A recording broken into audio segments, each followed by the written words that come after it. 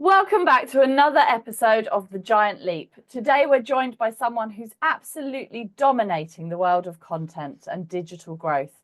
He's the founder of Social Boom, a 7-figure business that's helped thousands of people explode their following and scale their brand using viral content. His deep understanding of online attention and digital leverage has taken him to the top. He's worked with entrepreneurs, coaches, and businesses to help them turn social content into real business results. Dan Thomas, welcome to the show. Hey, how you doing? Very good, thank you. Very good. How are you today? Very well, thank you. Thanks for having me. So tell us a little bit about what you do. Sure. So our goal is to help you go viral, get millions of views, thousands of followers, and unlimited leads on social. So we help people scale their personal brands with expert content and scale their business, all with the power of social media. And we have a membership of about 1,000 odd people in it. And we've taken influencers over to 5 billion views and 5 million followers in the last year. So we're very excited to be scaling up brands, and we're just getting started. That's amazing. That's absolutely amazing. So we like to focus on what makes people successful on this podcast. So what makes you different, Dan? For us, we've always really focused on making sure that we have repeatable systems that work rather than advice that may come or go, tricks, hacks, and techniques and short form, options that may or may not work, but don't work in the long term. And so what's really brought our success is an absolute focus on ensuring that what we build is repeatable and works for as many people as possible, but also really focuses on making things simple. So a lot of experts out there at the moment on social will tell you to do more things, more hashtags and trending audios and captions and best time to post and all of these things. And we ask the question, well, how can we help people go viral by unlearning all of that stuff and doing significantly less? So we've actually scaled all of that back, and we really focus on making everything as simple as possible and asking people to only do the things that really move the needle in order to be able to grow, rather than a lot of, temporary things. And I think in a world of where you're constantly being bombarded for attention, there's an elegance in simplicity that I think is rare at the moment. So that's what we've really doubled down on.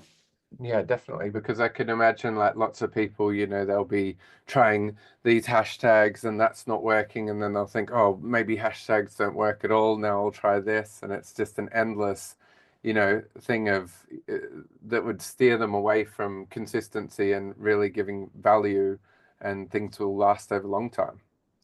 Yeah, well, I think we're living in an era now where most people have spent money on some kind of coach or training, and that probably hasn't worked out. And most people will have a login to a course or a portal or some kind of education that also probably hasn't worked out. So they've got a lot of logins and a lot of different people telling them a lot of different things. Like I was on my Facebook feed literally this morning and just scrolling through and looking through what people were saying. And I saw 3 different ads. The first ad said, I should scale my business with AI. The second ad said, I shouldn't use AI, I should use appointment setters. And then the third ad said, I shouldn't use AI or appointment setters, I should use Facebook ads, right? And so like everything is contradictory at the moment. And I think now that people have been, invested and burned in this stuff, it's becoming very difficult for people to know who to trust and what works and where to invest their time. And what that manifests in is worry, stress, and procrastination, and a sort of an inherent desire to try and find the next thing that actually works, which actually turns most people into course collectors rather than action takers. I liken it to, look, if you read a book on how to drive a car, would you be good at driving a car? And of course, the answer is no. But I do think that's where we see a lot of people are at the moment. They think that reading something is becoming an expert in it. And so they read and consume far too much stuff, don't take action on the stuff that they do have. And for the stuff that they do have, is far too complicated to take action on anyway. So we've really tried to sort of rail against that and try and create a business where we make social media learning much more accessible to anyone. So you don't have to invest thousands of dollars in it. And within that learning, strip back all of the advice that people are giving right now and just give people simple tasks that work. And that's how we've managed to be successful and grow so big so quickly, is that the people that join us get results. And so they tell their friends that they get results. And so, that I think for everyone, that's got to be the main focus, for anything that you do and for success going forward is, figure out how to create repeatable results for people and make that as simple as possible and then double down on that. Can you give us an idea of how you measure success and so firstly, how you measure success and how important is it to measure success? Well, there's two ways to measure success. There's, for your students. And so success for our students is them getting millions of views and generating leads and making money. So, for us, that's the main success. Success is also in terms of action taking and mindset breakthroughs. And I don't think people give enough credit to seeing success as sometimes a simple mindset shift could be the biggest success that you make this year. Just this little sort of switch in your head that flicks and you're like, oh, I get it now. It's like, oh, I get what I was doing wrong the whole time. And you haven't necessarily changed a lot. You're just like, oh, I understand why things are the way that they are. So any kind of light bulb moments or mindset shifts for our members is a huge success for us because that helps get them unlocked. For us as a business, success looks different. For me as a business owner, success is the continued growth of the business and hitting our growth targets for the business whilst not burning out and trying to enjoy the process along the way. So it's two sides. And what about for you personally? What's success look like?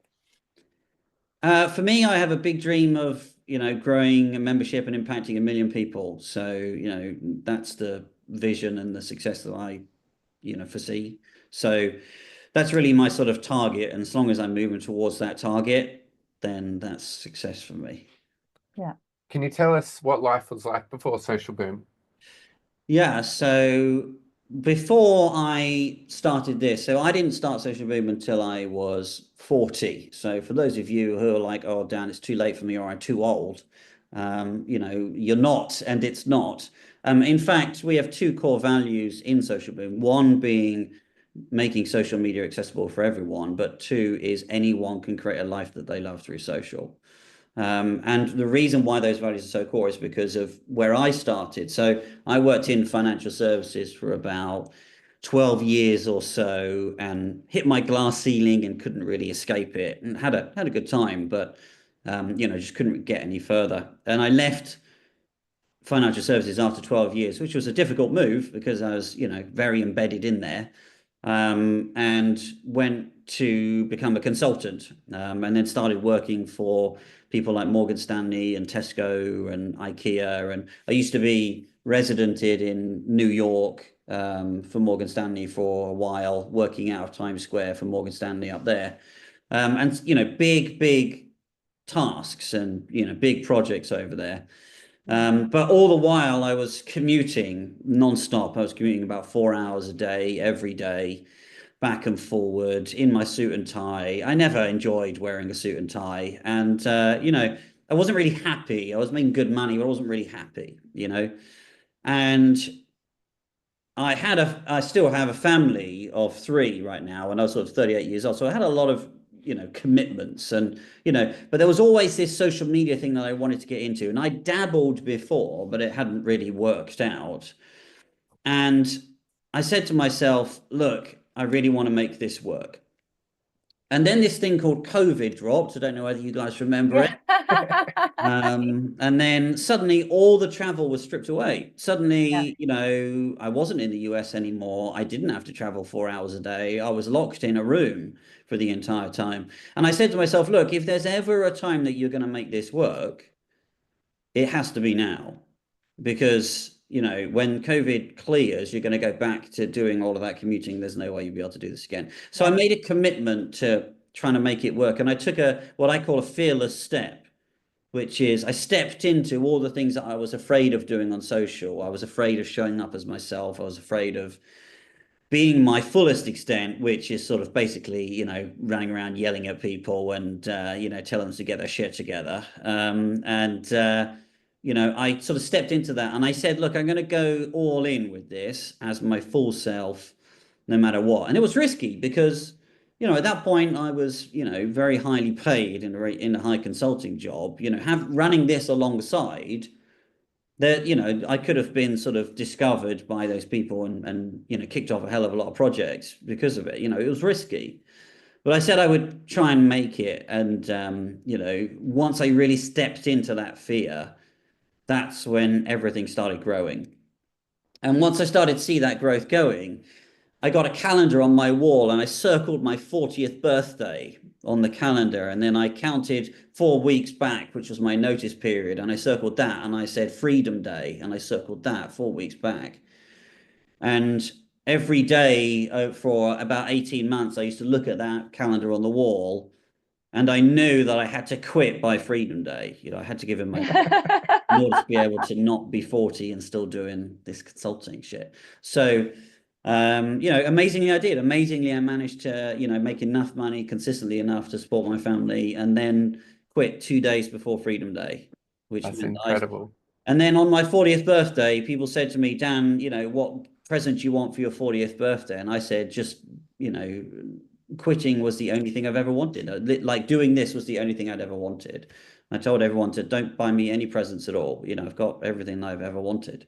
So And what did that moment feel like for you? amazing, scary, terrifying. Yeah. Like, absolutely terrifying. Because, you know, there's no 9 to 5 parachute anymore. But, you know, it was scary. You know, someone said a quote that kind of resonated with me, and they said, you know, 9 to 5s are what people pay you to give up on your dream, you know?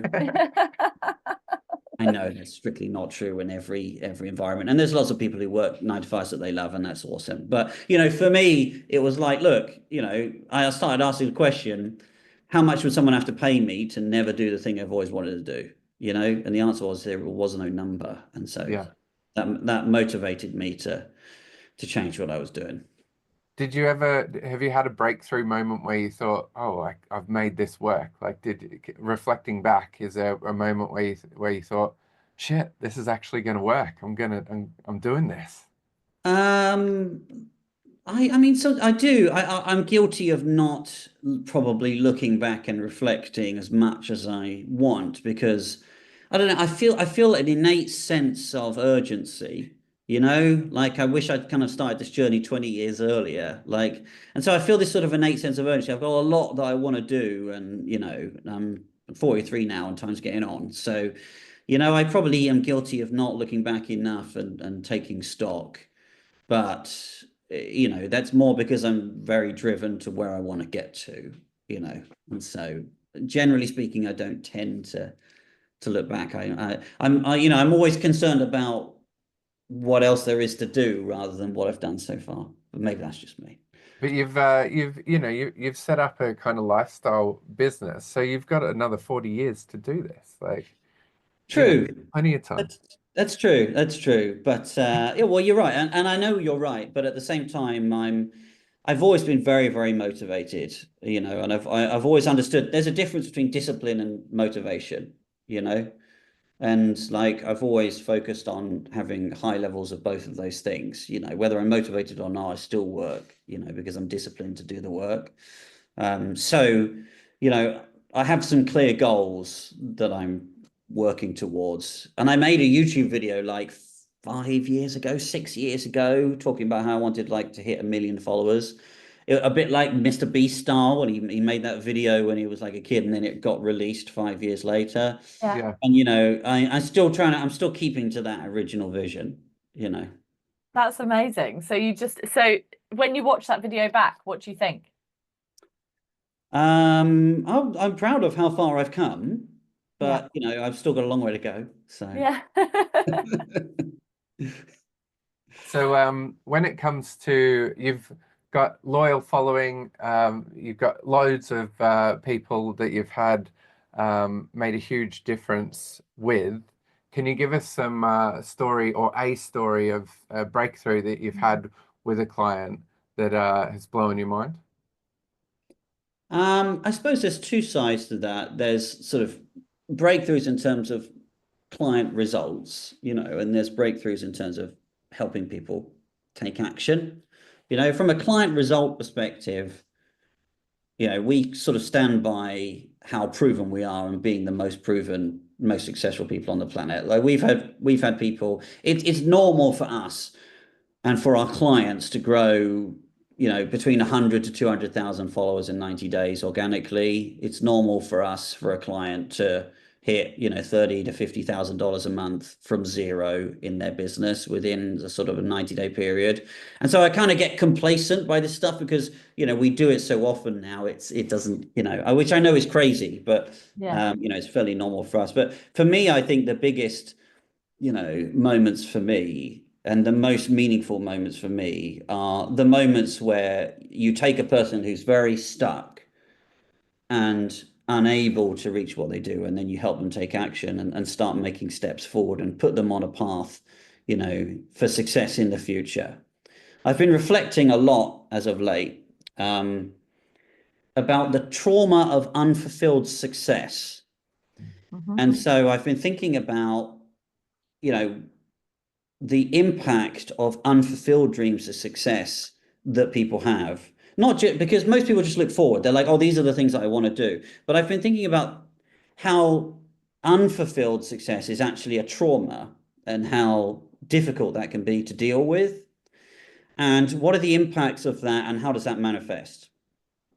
And so, things like procrastination, things like indecision, things like difficulty in taking action, things like lack of consistency, all this stuff. What I've been finding with all the people that I'm working with is often driven by this trauma of unfulfilled success, which is manifesting as self-sabotage within people. That's really interesting, actually. I've not thought about it like that. And as you're saying it, I'm thinking about a lot of the cases that we work with. And actually, that makes a lot of sense. It really does. Because it's a weight that you carry. You're like, oh, I'm still not there. I'm still not getting there. I'm stuck in this thing. I don't know where I am. It's got parallels with, depression, because even though it's not something it's not directly affecting you, the lack of it in your life affects you in very similar ways that depression affects people. And that then manifests into a whole range of different emotions and motivations that can prevent people from taking action. Yeah, I can completely see that as well, because when you've got people that so have for me, the been biggest thing that I can help people with.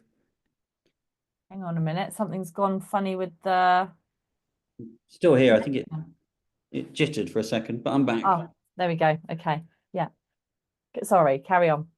Oh, you were saying you've seen I was just saying how yeah, I can see it where people have been unsuccessful at something in their life and they've pivoted and done something else, but then they've got imposter syndrome in the new thing because of the unsuccessfulness that they've had in something else. They don't feel they're worthy. I can really that's a trauma from that failure. Yeah, definitely. It's really good way of looking at it, actually. Yeah. And because most people have failed at something, right? Although I don't believe in failure, but most people have failed at something, or at least they believe they've failed at something. And so they carry that weight around with them, and now they're afraid to do something because of a past trauma of how they felt from something before. And I think when you kind of look at it from that angle, for most people that we work with, hopefully you see it as a lot more empowering and saying, well, look, that is also something that you can control. It's not I think a lot of people don't understand why. They don't understand why they're inconsistent. They don't understand why they can't take action. They don't understand why they keep circling around or they can't make decisions or all of these actions. And, I think when you start thinking, well, it might be because you're carrying a trauma from a previous failure, in inverted commas, in your life, you can think back to those things. And I think you can start to process that. And I think that's incredibly powerful because as soon when you can identify the cause of these things, because obviously the cause might be, look, I just wake up and don't do shit. Okay, that's fine. Okay, occasionally that's true. But for most people that we meet, and I speak to, probably 50 people a week, in different calls and sessions and stuff, what I see time and time again is these past experiences preventing, future action. So would you say that that is the main reason why people are stuck? I think so. Yeah. I genuinely think so. I think if you said 5 years ago, it might be a little bit different because they hadn't tried so much at that point. But I think most people in my space, in the marketing space, entrepreneurial space, they've tried something now, or they've at least tried thinking about something. And so they're carrying some kind of weight around. And I do think that is a big driver of, a lack of, or difficulty in achievement and difficulty in success. It's So a general fear of. How do you actually unstick somebody? Like, how do you get over that trauma? What is it that you do to help them through that process? Well, firstly, as I talked about for myself, we really focus on taking a fearless step. I think everything in life worth doing is one fearless step away. If it doesn't scare you, it's probably not worth doing. And so we really focus on taking a fearless step. But one exercise that we do use is something that we call the word. And the word is a single word that describes the future projection of you that you desire to become. And we ask people to create a word that they're then going to try and embody themselves, which then helps them take that fearless step. So, for example, for me, when I first started, my word was fearless. And so whenever I would come across something that would give me fear or make me afraid, like imposter syndrome, for example, I would ask the question, what would a fearless person do in this scenario? Yeah. And I would say the future projection of me is a fearless person. So I say, what would a fearless person do in this scenario? And then I would act on my gut instead of my head. My head would be saying, oh my God, you're going to fail. This might happen, that might happen, and so on and so on. And we encourage people to really try and act on your gut and say, the core in our exercise or on our word exercise is understanding that your word is a gut reaction. It's not a brain mental led reaction. It's a gut reaction. It's about doing something even though you feel the fear anyway. So for me, like I say, when it was fearless, like every time I felt fear, I would say, what would a fearless person do? And that was the person I wanted to become. So we tried to turn what they wanted to do into a real life future projection that they can envisage. And then now I say, well, look, I want to become a fearless person. Well, I need to start taking fearless steps. And every time I feel the fear, I'm going to do it anyway from my gut and not my head, because that's what a fearless person would do. And try and embody, these exercises. And for a lot of our guys, that really helps them. My word right now is relentless. So, every time I feel like stopping, I go, what would a relentless person do? And then I just keep going, And so there's different words for different people. But different stages, I guess. Yeah, when do you change your word? When do you, because we do something really similar, actually, but we do it at the beginning of the year. Yeah. So it's the word for the year. So and then at the end of the year, we see if we've been successful. We measure the success against that word. So was that year, successful? Was that year happy? Was that year whatever the word that has been chosen? Yeah. For our words, we always try and come up with a word that is empowering and not vague. So like a word like successful is. Yeah, I was just pulling some. I know what you're saying. I'm just trying to think of them. But we try and connect it into an emotion or an action state. Something that's really going to go. That's that. For me, generally speaking, for the guys that we work with, we say you can't change your word until you become the word. Yeah. Okay, yeah. Otherwise, if you're saying, well, I could change it next year, it's like, well, that kind of defeats the object because you become it. So for me, I don't really, I sort of became fearless and I pretty much do whatever I want, whatever the hell I want all the time. And so now fearless doesn't have that power to me anymore because it's like I'm in a mode now where I'll spin something up, I'll test something out, I'll do something, I'll say something, I'll make content about anything that I want. Like I don't really have any kind of boundaries in that regard, when it comes to fearlessness through the lens of marketing, Yeah. And so the next step for me was like, okay, I've achieved that. Now, my word now is relentless because now I've got a vision and I need to get on with it and do it, So yeah, I like that. Yeah, I really like that. So you talked a bit about failure. How important is failure to success? I mean, like I say, I don't really think that failure exists because, we live in a world that is driven by failure. And, learning is failure in inverted commas. I'm not a big fan of the word failure because the implication behind failure implies that you've achieved nothing and learned nothing, which, doesn't make any sense and isn't true. But I think what it is people take the word failure and they reclassify it in order to be able to use it as a means for, procrastination, right? And so, for example, let's say I was going to play tennis for the first time. Would I expect to be able to serve like McEnroe on my first shot? No. No. If I was going to play football, would I expect to score a goal with every single shot?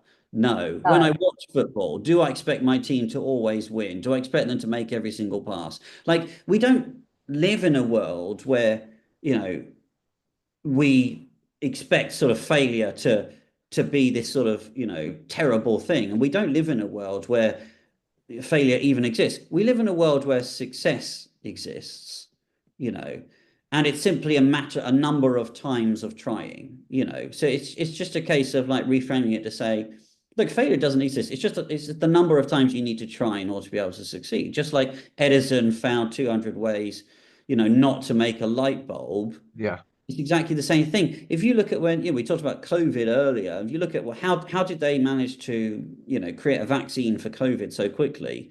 They made like 1 million different tests. You see those labs and they have the test tubes of grids of like 50 different test tubes. That's 50 different variations on a vaccine, and they have thousands of boxes of these things. I mean, they're making millions upon millions of tests in order to be able to see what reacts and what doesn't. And I think, we all just need to really think about failure as in everything in your life is failure driven, in the sense that whenever you learn anything, you're going to screw it up 1,000 times before you get it right. In any scenario that you do, not, even the most mundane of things, that's going to happen. And so I just encourage people to not try and treat entrepreneurship and, life any differently, and instead simply just take a test, learn, and iterate methodology to life. So I came from a background in IT when I was in financial services, and we used to run agile projects. And in case you guys haven't heard of agile before, agile is a project management approach where it's all about test, learn, and iterate. So and it's about understanding that you don't have the answer. You do not know the answer to anything. You cannot possibly know the answer to anything. And the only way you can know the answer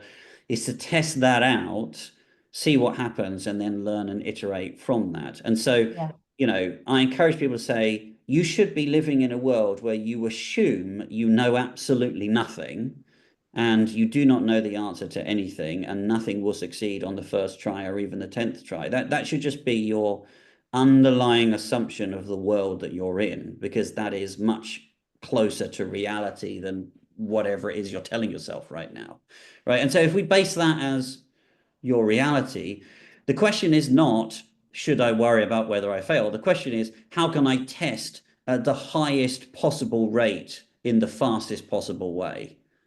And, the way that we've scaled our business to 7 figures in such a short amount of time is literally as soon as we come up with an idea, we test it. So, we came up with an idea to create a video editing agency about a month ago. And we said, oh, do we think that would work? And so we came up with the idea. 1 hour later, we put a post into our community asking people if they wanted to do it. A bunch of people said yes. So we booked them into calls. Whilst those calls were coming through, we spun up all the processes and the workflows. We put the whole thing together, and we turned that into a $10,000 a month editing business, Incredible. within a week. That's Yeah. incredible. And we had nothing, we had no infrastructure, no landing pages, no courses, no programs, no workflows. We knew that we could edit videos, but that was about it, right? Yeah. And I think that's especially from an entrepreneurial standpoint, that's what entrepreneurship looks like. Some people call it risk taking. Again, I don't consider it to be a risk, because the downside has no negative. Me saying, hey guys, do you want this, has no negative, but the upside is massively positive. Yeah. And so, I completely agree with you as well. Yeah. I completely agree with you. I guess we frame it as failing forward. So when you fail forward. And the more times you can do that in a quicker process, the quicker you're going to learn what the right process is. So it's a similar we had way a of looking mentor at things. that exchanged the word failure for feedback. So Feedback, he changed yeah. it to feedback. Yeah. Because So failure reframing it. implies that you knew what you were doing. Yeah. Right. Yeah. Which you don't. and No. it shouldn't have that expectation on yourself. Failure implies that, like, oh, I know exactly what people want. I know exactly what I'm doing all the time. It's like, no, look, just because I come up with an idea doesn't mean people want to buy it. Like, they're two very, very different things. So I can't fail because, I never knew whether it was right or wrong. Yeah, that's true. I mean, when you look at a little baby when they're learning to walk, how many times do they get up and fall over? Yeah. We don't go, oh, they failed to walk this time. What do we? We say, oh, they're learning to walk. They're learning the process. It's the same thing, isn't it? I think people need to, I'll be a bit bullish here, but, people need to stop having the audacity to think that they're going to get something right the first time. Yeah. Or that they know exactly what they were doing. It's like, what gives you the audacity to think it doesn't happen in anything else? Again, if you were going to learn to play tennis for the first time, you wouldn't walk in there thinking, I'm going to be an amazing tennis player the first time I've ever played. Like, you wouldn't think like that for anything else that you do in your life. But when it comes to entrepreneurship and action taking, for whatever reason, people seem to have this sort of, mindset that, like, they deserve success and it's going to happen for them the first time. And so, if it doesn't work out, it's a big deal. It's like, you don't deserve success. It won't work the first time, probably won't work the first 50 times. Until you get the humility to be able to say, you know what, I don't know what I'm doing. I'm going to have to find my way and we'll see what happens. You're going to find this really hard. Like, if you take every single microscopic thing that you do and view it as a success failure exercise, you're going to be very unhappy all the time, because even if you did succeed, you wouldn't even give yourself enough credit for it, because, just around the corner is another thing that you're going to fail at. It's just a learning exercise. Everything is just a learning exercise. You test until something works. And then you iterate to make that thing better. I mean, it's literally it. And you can take action on whatever you want to do, in a heartbeat, literally in a heartbeat. The question is whether you're willing to do it. Yeah. I think you gave away a huge key of advice of actually asking the market whether they want it. So many entrepreneurs don't do that. They'll create the logo, they'll do all this other stuff, do all this work. And then they haven't even asked the question whether the people want it or not. No, and it's just well-intended procrastination. Yeah. Yeah. Because what people will do, they'll work on something forever, and then when they're finally ready to release it, they will just go, oh, it's out, and they'll send one email, and then they'll close it down, and then they'll start again. They won't launch it properly, they won't push it or anything at all. They'll just send one email, and they'll tick a box, and they'll say, oh, I launched it, or no one wanted to buy it. But you didn't launch it. In fact, you built it up to be so much. Actually, you got so terrified of taking action on it that you took no action whatsoever. Yeah.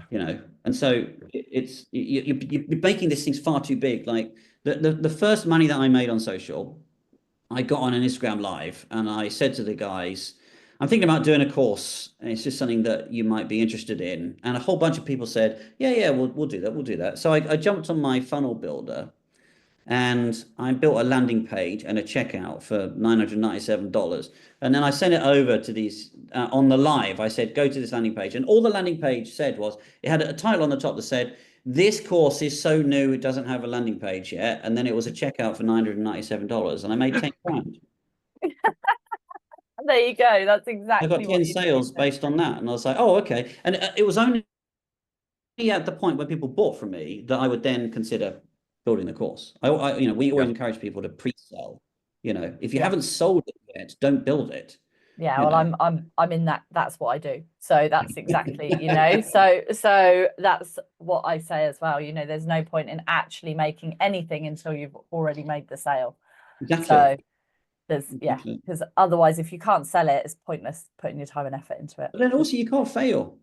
You Yeah. can't fail because you haven't spent months trying to build something.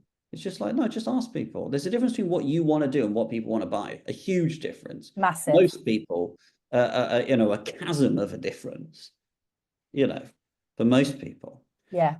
And so, it's just because you very think that is a good idea, flying cars are a good idea, but can I build one? No. Okay, well, get over it. I think people are they put far too much, credit on ideas. Like, I think this is a great idea, and it's like, so what? Ideas aren't difficult. Ideas are something that happens hundreds of times a day. Ideas are not the hard thing. Execution is difficult. Anyone can have an idea. A great idea. If somebody's in a situation where they really want to make it work in whatever they're doing, but on socials, what is the one bit of advice you can actually give them today to help them on their journey? Well, if you're looking to grow on social, then all you need to do is know two core things, and this is what we teach people. All you need to know is, number one, the topics that people care about. So imagine there's two posts that you could make today. One is about how to use a typewriter, and one is about how to use ChatGPT. Which one is more likely to do better? You tell me. Obviously, ChatGPT. Yeah, I'm like the typewriter. No, I wasn't. It's more obviously ChatGPT is more likely to do better. Yeah. But how do we know that? I haven't told you the hashtags or the trending audio or the length or, the posting time or whatever. It's because none of that matters, because the topic needs to be right in the first place. If you get the topic wrong, it doesn't matter. All of the tips and tricks don't matter. So the first thing you need to know is, what are the 5 topics that my audience care about the most? There's 1,000 things you could talk about. What are the 5 things that they actually care about, right? And then the second thing is, what are the formats that those people are consuming that in? Is it a face-to-camera tutorial? Is it a 5-second reel? Is it a long-form YouTube video? How are they consuming this content? Okay. And if you know the 5 things that they care about and the 5 formats that they watch those things in, you can get millions of views and grow hundreds of thousands of followers in a very short period of time. It's literally that is really clever, because it is different, and that would be different for all different people as well. So different for different niches. It's different for different niches. Because if you were selling crystals, you want long form and like different. Yeah, it's just different for everybody, isn't it? So all you need to know is how people are consuming the message that you want to share. Yeah. And here's the important part about all of this is, I haven't talked about coming up with ideas, because coming up with ideas is actually the worst thing you could possibly do if you want to grow. Because all those ideas are made up and you have no evidence to suggest whether people care about them or not. They're not data-driven things. They're just things you've woken up and thought of.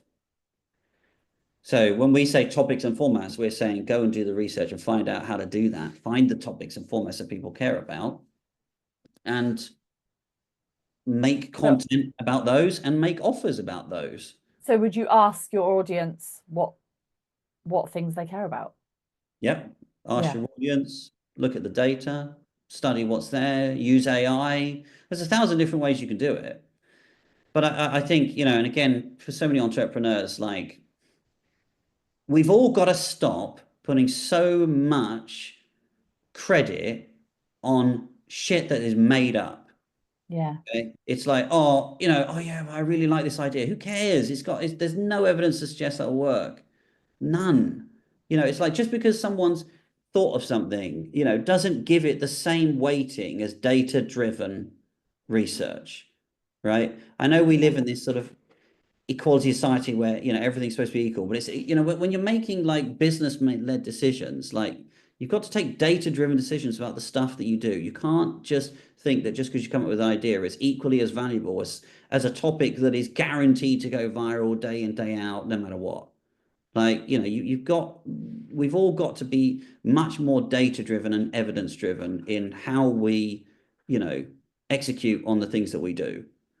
And it's fine to be coming up with ideas and stuff. And I encourage people to be creative, but don't assume that something you've just made up is going to do well. You can't keep attaching this assumption of success to stuff that's made up. It doesn't make any sense. You're welcome to be creative as you like, but don't assume that this stuff is going to do well. And don't Yeah. get upset when it doesn't, because there's no evidence to suggest that it will. You Yeah, know, that's there's a no good way of evidence. thinking There's about it, no actually, evidence as to well. suggest it will. Like and for most people that I meet, they get so upset when a shit they've made up doesn't work. And I'm like, what made you think it would work? Yeah. Like, no data, there's no evidence or anything to suggest that that would have worked. And even when you executed on it, you did it in a way that wasn't as per best practice anyway. So why are you so upset about this thing that never had any possible chance of success, right? And why are you so angry and why are you so resistant to doing things that actually work? Yeah. Okay? Like, this is what's working. This is the data. These are the things that are selling. This is what AI is telling you. Why do you keep doing the opposite? Like, why are you so resistant to the data? That You is know? so true. And So many people that I work with, everyone, that is everyone. exactly them. And that's the number one thing that we teach you inside of Social Boom is to how to let go of all this resistance, of how to look at the data and what works, and how to, quite frankly, get over yourself and follow, the proven paths that are already there that will allow you to change your life. Mm. It's because for most people that we meet, the reason why they're held back is because they are unbearably resistant to doing what works, Yeah. and they have to do everything their own way, and they have to do everything in their own special creative way, and they have to be different for the sake of being different, which doesn't make them unique. It makes them completely unrecognizable, and it makes them completely obsolete, and you're like, well, all these things that you think are making you unique and different, all that does is make you impossible to find. And you Yeah. and you say, yeah, Dan, but I'm going to be different. I'm going to be doing all these things. Okay, then no one will ever know your name. Yeah. They won't. Because instead of giving people what they want, you're just doing what you want to do. You're not serving anyone. You're just being selfish. You're just being selfish and doing whatever you want to do. You're ignoring the content that people are watching. You're ignoring the offers that people are buying. You're ignoring the things that people are saying that actually are going to help them change their lives. You're ignoring the things that people are asking you for. You're ignoring all of this stuff, and you're just doing whatever you want to do because you're so obsessed with being different and following your own way. You're completely disconnected from what the world actually needs. And if you can get over that and go, you know what? It's not about me. It's not about the content I'm making. It's not about the things I want to offer. It's about what people need and what is going to change their life. If you can really get over that and live a life where you serve Mm. instead of trying to tell other people what they should and shouldn't do. If you can live a life where you simply serve other people based on their needs, you'll be unbelievably successful. And I promise you, you'll be a hell of a lot happier because their happiness and their success will then become part of your life. Yeah. And it's really as simple as that. Success isn't that difficult. It's just you've got to stop resisting what you see, and simply serve. That's all there is. So a bit of a scenario, if someone had not really any audience to ask at all, could you step us through how you would come up with the content, how they would come up with the content to put out there? Well, nowadays you can just ask AI. I mean, you can literally, you don't even need to type anymore. You can put AI on voice and just say, "Hey, AI, what should I do?" Alternatively, just look at the niche that you're interested in and look at the content that's being surfaced in your niche and make that. I mean, it's literally that simple. It's like so often I see people, they're like, they consume one thing all day long, but when it comes to their own content, they make stuff that is nothing like that. And I find it's bizarre. I'm laughing Absolutely because I know bizarre. I've And been there, I know it, I've it's seen really people bizarre. do It's it. like, It's so true. There's so that's much like, out there that you can just copy it's just and there. It's yeah. right there. It's like the stuff that you watch isn't the stuff that you make. And the stuff that you make, like you wouldn't watch, like they don't even watch their own content. Their stuff they make is so shit they don't watch their own content. And like if you wouldn't even watch your own content, then why the hell are you making it? It's like it's much easier than you think, guys. You just got to look at what is working and make that, So on and that note, who have you had as a person to look up to when you were making your content and sorting out your ideas? Were there specific people that you looked up to? yeah, well, what I always say to people is, look, find what works and then spend all your time and energy making that unique, instead of having no idea what works and spending all your time and energy desperately trying to come up with unique ideas that won't work, you know? And so for me, I've had lots of mentors since I started. I've had lots of marketers that have helped me. I've had lots of guys in the marketing space, in the entrepreneurship base, in the motivational space that I've looked up to. And I've put together, what I think is a recipe for content that, contains all the important elements of what goes viral and what people watch, like the right education, the right topics, and the right formats, with my own particular style of humor and yelling. So it's all it's just all this stuff is just a recipe. It's just a recipe. Find all the ingredients, but then cook it in a slightly different way.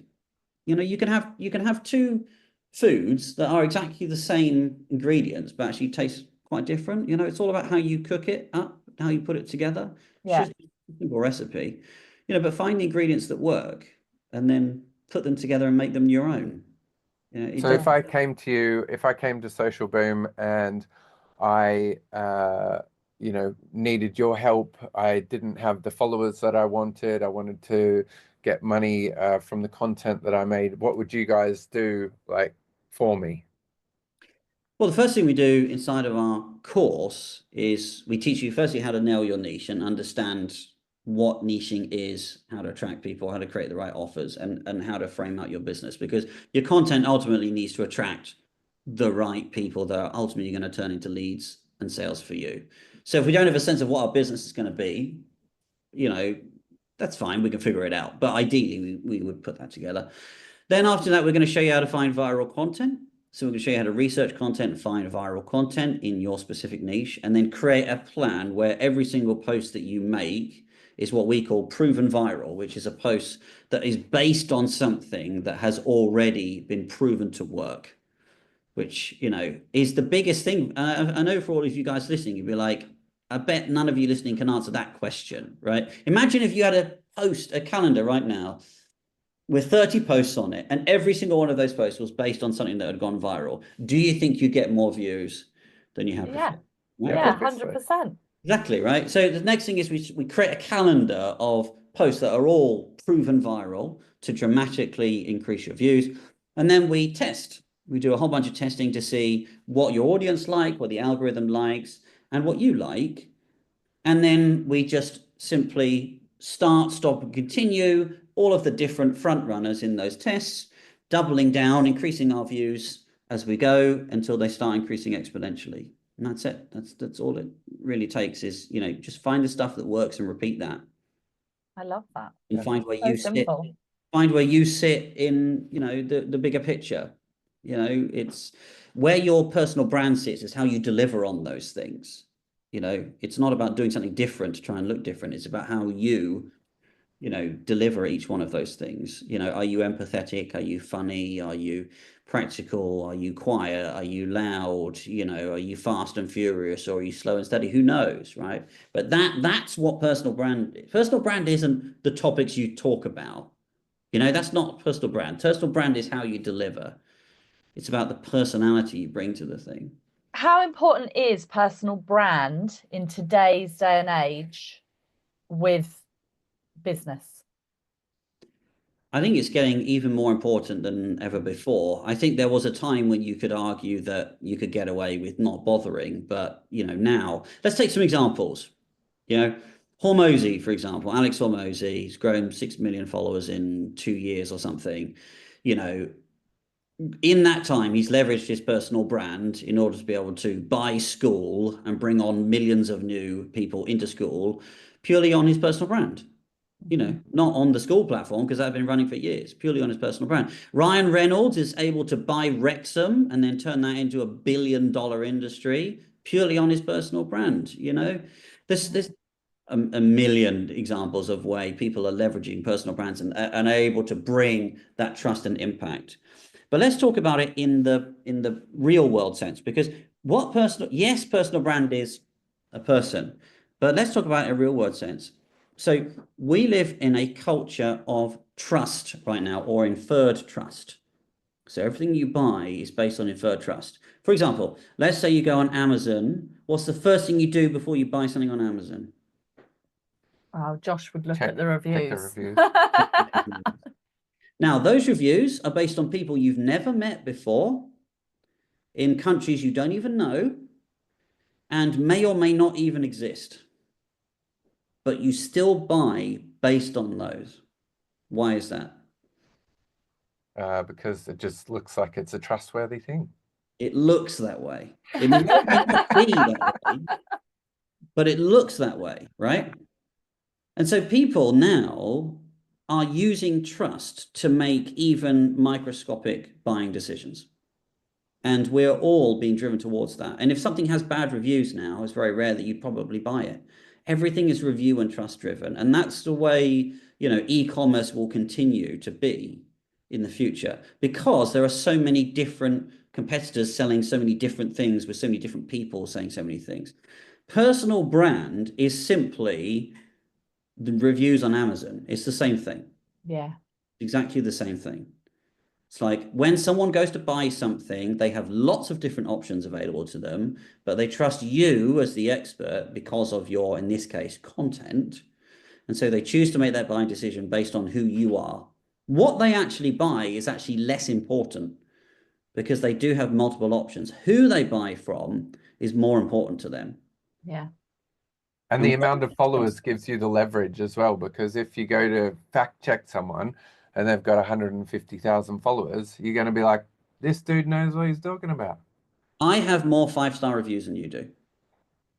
That's it. That's all there is to it. Yeah. That's all there is to it. I have more 5-star reviews than you do. And so when it comes to a crunch, if people are aware of me and they're aware of you, they're much more likely to buy from me than they are from you.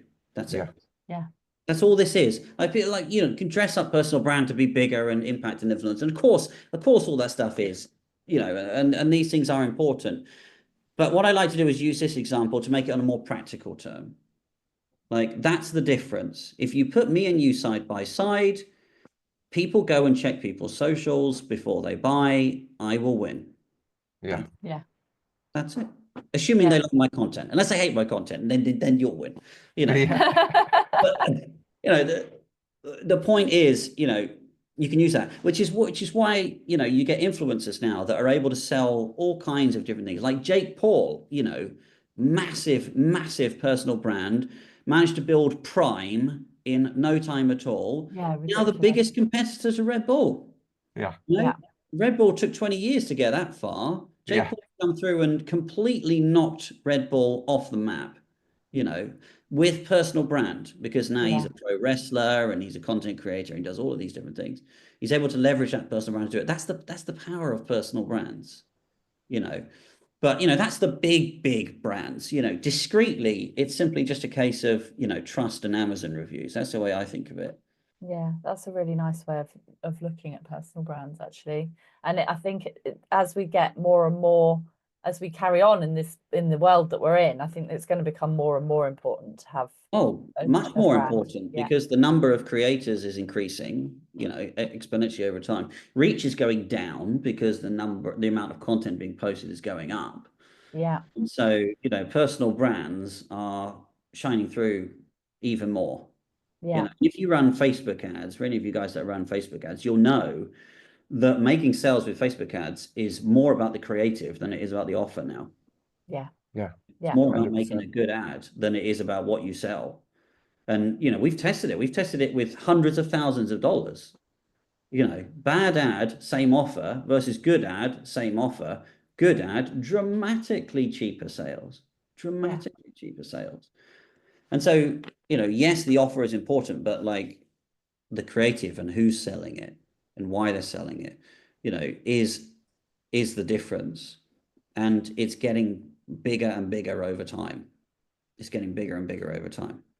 Right, I am very aware of the time, so we are going to have to leave it there. But I feel like we've only just scratched the surface, don't you? Just got started. Yeah, only just got started. So, if people want to know more, where can they reach you?